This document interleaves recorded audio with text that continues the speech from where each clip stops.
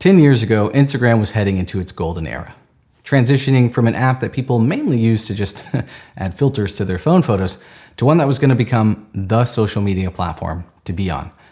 The feed was still chronological, and all you could post at that time were photos. And photography as a whole was about to change forever. Well, at least for me. At that time, I was still photographing musicians and dabbling in the occasional landscape here or there. But because of Instagram, over the next several years, I ended up dedicating all of my photography to landscapes. I ended up getting a passport to leave the country for the first time. And more importantly, I was inspired to go explore the beautiful world that we live in. And I would love to sit here and say that I became a landscape photographer because of some Nat Geo book that I read when I was 8 years old, and that my dad handed me my first camera and everything was off for the races. But that's not my story. A lot of my inspiration and drive came from the photographers that I saw on Instagram at that era. This was the golden age of Instagram, a period where the app lived and breathed photography, a place where photographers could flourish. And they did. The only problem is that golden eras only exist in hindsight. So a quick disclaimer is that a lot of the stuff that I'm going to talk about in this video is subjective. It's very likely you might not agree with everything that I have to say. You might not even feel the same way I do about Instagram or social media in general. A lot of this comes from my own experience, and it's kind of like a heartfelt message to talk about my struggles or issues with Instagram and social media over the years. The first and most important thing that I asked myself 5 years ago was, does Instagram make me happy? I made an entire video discussing this. Personally, I don't think Instagram makes me happy. But when it comes to talking about mental health as a creator or artist on platforms like Instagram or social media in general, I think the biggest thing to really think about is how we're unequipped as humans psychologically to deal with a lot of the things that we go through when it comes to social media. I mean, think about it. If you were a photographer in 1995, how long would it take to take your photo and for a group of people to see that photo? I have to imagine it would take months most of the time, sometimes years, that you would take the images, get them developed, and then eventually they would see people's eyes. Unless you were a professional working in the field and you were shooting for a wedding or magazines or something like that, then obviously people would see them a little bit quicker. But what if you were just a hobbyist, like many of us are on social media? You would take images and share them with your loved ones and family and maybe photography groups or something like that. But it was never this idea that the images that you were taking, you were posting every single day to just put yourself out there in the world, to be vulnerable. Every single photo, every piece of work that you share is you sharing a little bit of yourself. And that can be very tough as a creator or a photographer, because then we associate the receptions, like the like count, how many people commented, did it take off, how many people saw it. We start paying attention to stats and analytics, and we end up comparing ourselves to others. And we start thinking about things like, oh, well, landscape orientation does worse than portrait orientation, and maybe that ends up impacting our photos. All of this is summarized into the fact that at that time, 5 years ago, I struggled with dealing with my happiness or mental health surrounding using Instagram, both from a perspective of posting to Instagram as a photographer, but also consuming it. I was inspired in some ways to go places and see things, but a lot of the times I felt things like I was missing out because I was sitting on the couch scrolling and the things I was consuming are out there doing. The people I was watching were out there creating images that were gorgeous, and I was just on the toilet, you know? And these are the thoughts and things that I went through at that time. And at that time, I was trying to figure out, how can I both keep building my branded business on this platform that is basically meant and required as a photographer to be on, while also protecting my happiness. Now, it wasn't all bad. The thing that I most enjoy about Instagram is just staying in touch with the people that I've either passed by, friends or acquaintances, via messaging or, you know, little comments here and there. But that's not what the majority of the app is about. The majority of the app is about sharing your work, especially at that time. And the solution I ended up finding was that I needed to approach Instagram and my work like a business, not like putting myself out there and showing my work to millions of people and hoping people would like it. But if I just approach it from a business perspective, not paying attention to likes, not caring about necessarily that I thought that this landscape image that is clearly harder to take, harder to edit, harder to compose, would do better than this portrait image that was just of a beautiful sunset at a really beautiful place, And the reality is that portrait image, as many of us know back then on Instagram, typically did better. And just accepting those facts and approaching it like, well, I have all of this body of work that I really enjoy, but I know that these select few images will probably do better as a business, well, as an investment in my own brand, then I'm just gonna do that. And I'm gonna separate myself from my business. I think a lot of photographers use the words necessary evil when it comes to Instagram. I know that I did. And it was basically because if you weren't on Instagram, you asked the question, did you even exist as a photographer? That was the beauty of Instagram in its golden era, is that it was a platform that had over 1 billion people on it, and most of those people were not photographers. So that means that you as a photographer could reach millions and millions of people, more than you ever could on any other platform. That's what separated it from things like Flickr or 500 Pics or any other photo platform, is that it was a social media platform that used the medium of photos, and it just so happens that you might be a photographer, so you might stick out among all of the photos that are being shared on there because your work is higher quality. And it was just fantastic at the time. I mean, there are photographers out there that started their entire business and run their entire business from something like Instagram. So at the end of the day, was I happy? Not necessarily, but we do a lot of things in business that don't necessarily make us happy. You might be an author that has to go on a book tour to sell your work to people and hope that they read it. You might be a chef that has to run advertisements on a news channel or a TV show, if anyone still does that. We'll say YouTube, to try to get people to come into your restaurant. I doubt people enjoy all of that. They enjoy probably crafting the food or writing the novel, but they don't necessarily care about advertising themselves. I think the important thing here was separating sharing my work and business. And as long as it was business, I didn't really care, and it didn't really affect me as much at the time. But that was 5 years ago, and things have definitely changed since then. One way that I've been trying to create value with my free time instead of wasting on social media is learning. And with today's sponsor, Outdoor Photography Guide, it costs you literally less than $2 for an entire year, so keep listening. Outdoor Photography Guide is an online community where passionate photographers can come together and express their creativity and learn from top professionals. You'll find lots of video tutorials on a wide range of subjects like long exposure, time lapses, camera settings, post-processing, and a plethora of other subjects. They offer content for beginners all the way to advanced photographers with easy to follow subjects broken down to step-by-step guides. A great example of a more advanced topic that I recently watched was Matt Bishop's video tutorial on creating more depth in your image simply using contrast editing. Or maybe you're struggling with something like shutter speed in your seascapes. He's got an in-depth video on exactly that. Along with a catalog of video tutorials, they also host live sessions involving specific topics, critiques, and community engagement. The best part about all of this is the price. The first 1,000 people who click on the link in the description or by scanning this QR code that you can see on the screen now will get a full year of premium membership to Outdoor Photography Guide for only $1.49. That's a full year for less than $2, which is an absolutely insane value. So if you're looking to learn the basics, improve on specific subjects, or find inspiration from other photographers, join Outdoor Photography Guide right now and put more value into your time by learning something you enjoy. Specifically, the algorithm has changed dramatically, and it's made me realize and start asking the question, do I think Instagram or social media at large is good for the world? Does it bring value to us as a society? Now, this isn't new to social media. I mean, all the way back in 2015, there was already documentaries and research papers and a ton of stuff being written and researched about how social media is going to impact our brains, how it's going to impact our children, how it impacts us. This idea that we can compare ourselves to anybody now, that we have all of this fear of missing out, that I'm not posting my life enough, or that you can go somewhere and people are more interested in taking a selfie of themselves at the location so that they can share it online rather than just enjoying the location. All of these things were being discussed 10 years ago. So why is it now changing for me?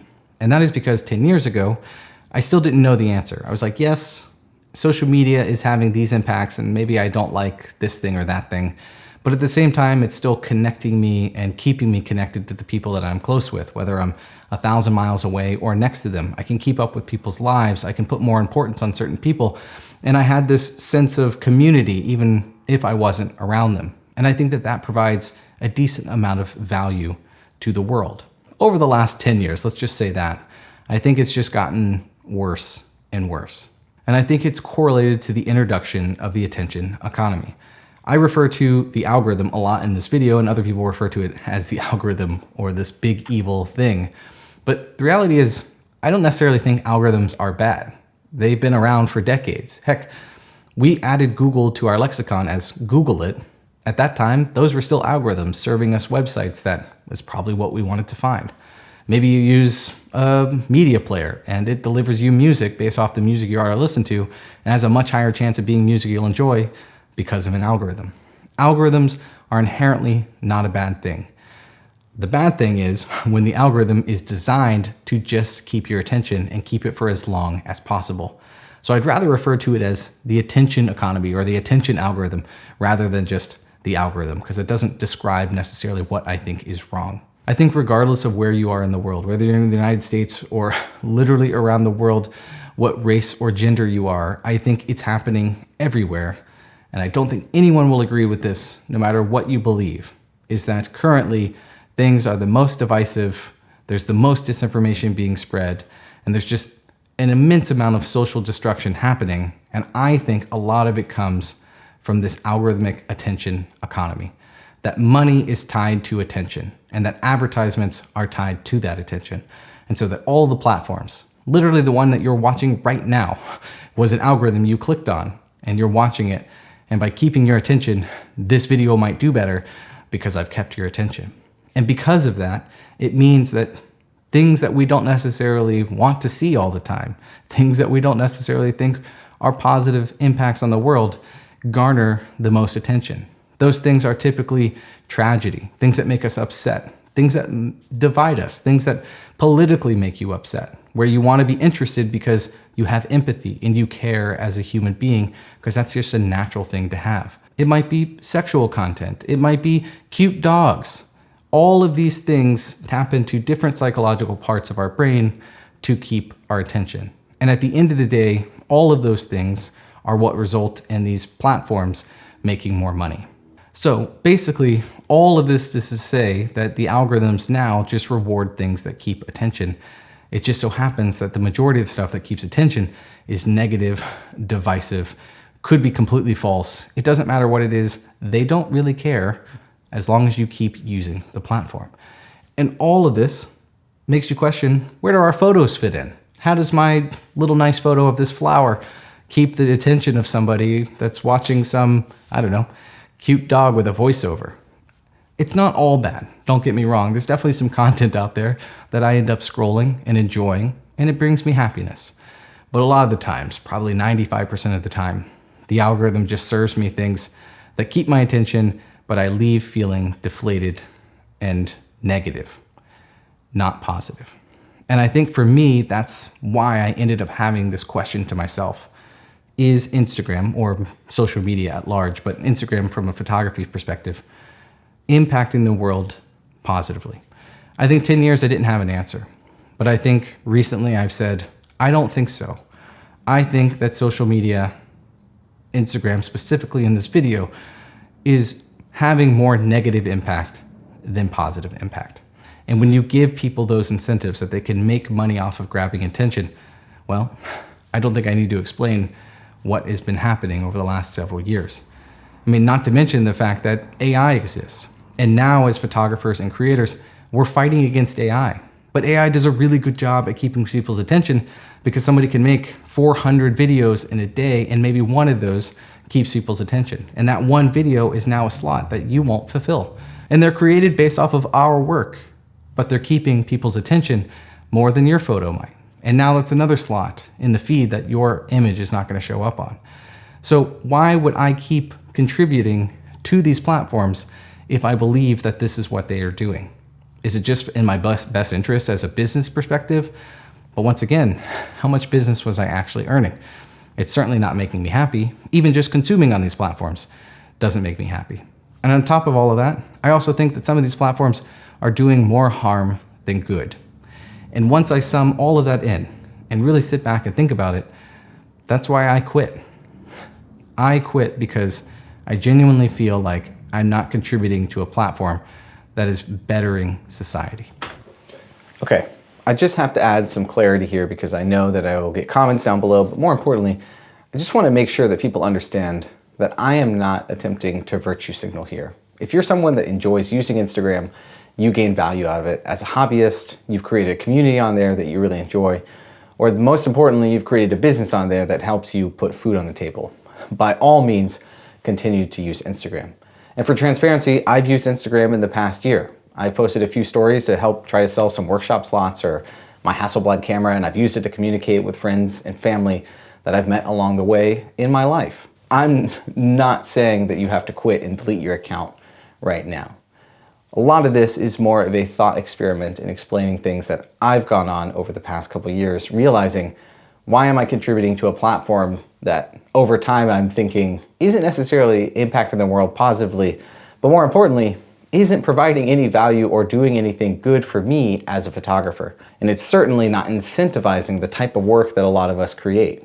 Photography and photos in general are the last on the totem pole when it comes to Instagram. It's kind of like the analogy of if you went into a store and stopped going to the store because you just didn't approve of what the store represented anymore, you'd stop spending your money there. Well, the difference is something like Instagram or TikTok or even YouTube is you are the product. So you have to stop using it, stop contributing to it, stop interacting on it because you're paying them money by not only being on it and scrolling, but also putting your stuff on there so that it keeps other people on there. You're the product. That's what this video is about. And it's just meant to make us think about the conscious choices that we make in terms of contributing as artists, photographers, or just human beings in general. Also, one last thing is that you might be sitting here wondering, what's the difference between something like TikTok and Instagram versus YouTube? And that's probably a topic for a completely different video, but the short answer is I genuinely think long-form content like the one you're watching right now, hopefully, provides a lot more value than the short-form content that is kind of created just to keep your attention so you keep doom scrolling. That's the short answer. There's a lot more nuance to that. And especially if you're liking this video, well, you might want to give it a like and help me attract more people to waste their time watching the video. But seriously, yeah, like the video if you do. Consider subscribing, but only if you like my stupid jokes like the one that I just made or the kind of content that I'm creating. Okay, back to me yapping some more. And I'm not sitting here thinking that once I quit Instagram, people will stop opening the app. That's ridiculous. But I do think that if you could imagine right now 10 of the people that you like seeing the most when you open the app, if they were gone, would you open the app? Let's take YouTube, for example, because I think that's far more realistic. If you watch up to 10 people on YouTube, if those people just disappeared, how often would you keep using YouTube? I have a feeling that you would probably use it less. So even if you're just one person, or I'm just one person, I'm not sitting here with the disillusion that I'm going to keep people on the app or keep people off the app if I stop posting to it. But I do think that if we realize that we are the product and that if a few of us stop posting and then a few more people stop posting, that maybe it would have an impact. The change that I want to see in the world is platforms rewarding people for their value, kindness, and knowledge being shared. But I know, like you, I don't see a lot of that. I see a lot of stuff in my feed that is just there to keep my attention and really provides no value to me as a human. I mean, that is why we call it doom scrolling or brain rot, but that is where we are. So what are some alternatives to Instagram? Well, the truth is nothing is ever going to replace the Instagram of 8 years ago when it was like 1 billion users and most of them weren't photographers, but we still had access as photographers because it was an app using photos as a medium. I don't think that's ever going to happen again, but there are some alternatives if you find fulfillment in having communities or getting responses to your work or just putting your work out there. I'm actually gonna have a link down below to a landscape photography Discord that I think is a great resource. You can share your work on there, talk to people, get inspiration, and just build a sense of community on there. There's also a lot of local Discords that I've discovered for things like photo walks or film photography. It's definitely a smaller niche and it's definitely not business oriented. You're not getting on there to share your work and hope that people want to buy it or sign up for your workshop or something like that. You could start a YouTube channel. Honestly, this is where I share most of my work. I haven't shared anything on Instagram in over a year. I don't think I've updated an image in my portfolio, but a lot of the times I share through my blog and on this channel because that gives me the most fulfillment for my work. You could try Flickr. I know that that one's a strange one, but it's still around and there's a lot of people out there that still really enjoy it. But you have to remember that it's just going to be other photographers. There's not really a social media platform that is photo centered, but has a bunch of non-photographers on it. And that is just what we have to accept. And we got to move forward from it. And I think that's okay. Anyways, I hope you enjoyed this video. If you did, consider giving it a like. And if you really loved it, consider subscribing, but only if you connect with me or the content that I am creating. Thanks for being here. I'll see you on the next one. Later.